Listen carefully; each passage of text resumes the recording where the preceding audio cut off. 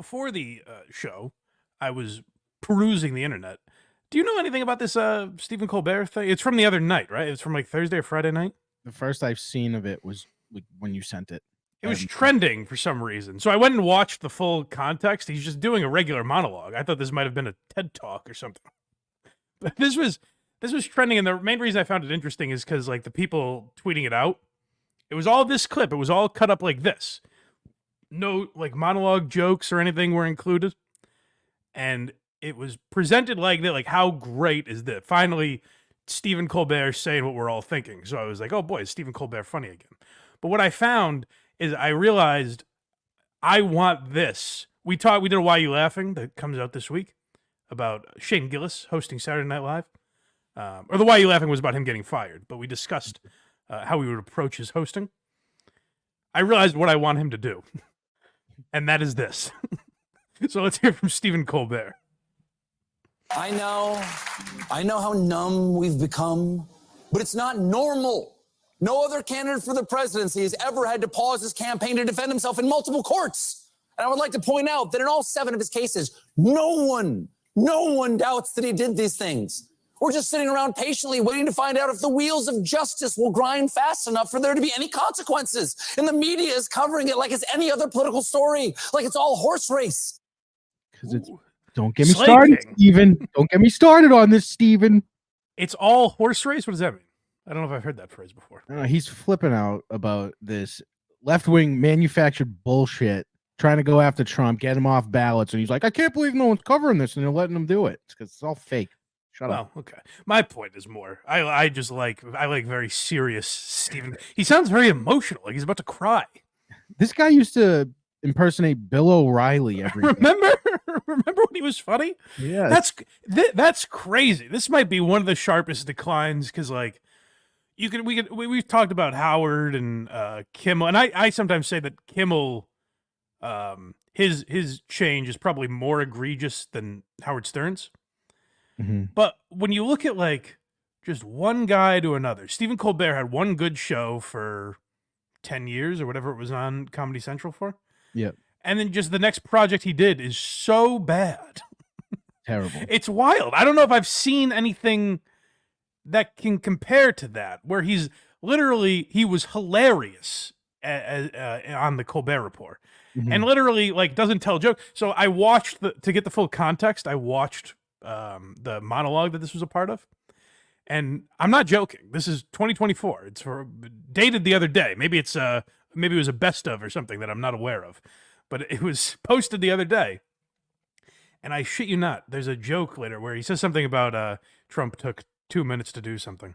And he goes, that's twice as long as he lasted with Stormy Daniels. Oh. That's fresh, huh? Oh. And he grabbed her by the pussy. Hello, folks. Remember that? But all I can think of as I was watching this is how great would it be? Because I think the true fans of his would know it was a joke.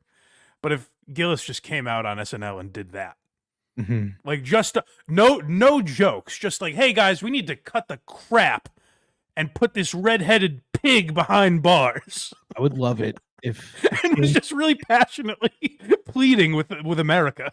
I want Shane to be like as left wing as possible for 90 minutes on Saturday. That'd be very funny. Yes, that would be a way to go because like there's part like everyone wants him to do the Norm Macdonald monologue basically, mm-hmm. But that like Norm already did that. It's been done. It would be funnier to just completely cuck it up for an hour. I mean, I wonder what would happen if the Colbert Report was still a thing. Like, would he have? Interesting. Like, would Trump have broken him? Yeah, because he did. Like, that's an interesting question. I've talked about this before. It was like one of the funniest things. It was the night that Obama won re-election, I believe. Yeah. In the Colbert Report opens up. I used to watch both. I used to watch Daily Show and that back to back. I thought they were both very funny. Wow. It opens up and he's in his bathrobe eating popcorn, and the cold open is just him going, "Hey America, fuck you," and then it goes into the music. It was very funny. Now he would never do that. That's interesting. Would Trump have broken him, or is it because he's on this? I guess, bigger platform, even though more people were probably watching the Colbert Report than watch the Late Show now. Oh, definitely, which is weird to think about. Yeah, I mean, at the time, certainly, like, Letterman was bigger than Colbert, obviously. Yeah. But now, I would bet more people watched the Colbert Report than are watching. It might be close. I don't know. I'd be curious to, if anyone finds those numbers, let me know. But yeah, it's amazing the drop off where he's just this like super political guy, and like he was an improv guy. So what's interesting to me about it is I guess he's interested in politics, but he's not a comic. He wasn't like a young George Carlin that had these views and wanted to get him out. Right. He was an improv guy. You yell a town and a funny job to him, and he comes up with a wacky bit around it. Yeah. So that's the weird part to me, is that he's like this commentator who has these powerful statements that he puts out like that. And to be fair, there were jokes in the monologue. They weren't particularly good, but I do like. And maybe you could clip things from, Carson's monologue where it sounded like he was really serious, but he's just completely lost touch with anything remotely comedy centric. For sure. We got some super chats here if you want to get to them. Oh my goodness! Already, thank you. Already folks. pouring in here. Ben R, $10. I was going to spend this money on the Craigophile posters for my neighborhood, but Mike can have it instead. Thank you, buddy. I appreciate that. We'll do the legwork. We'll do the dirty work. Box Eating Dad, $2. Kirk is being a baby and cooked. Craig Coney. I didn't say that.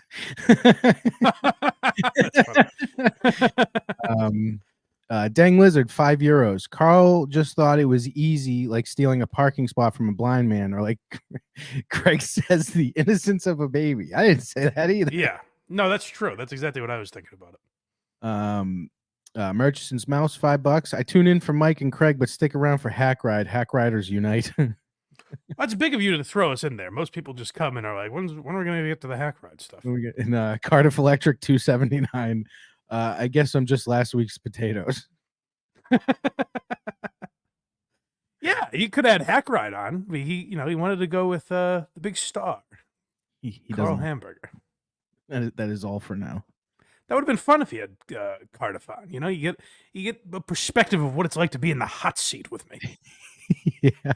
You pull pranks like Disappearing Act on a blind guy. He's still talking. Yeah, we could look behind the potato. Yeah.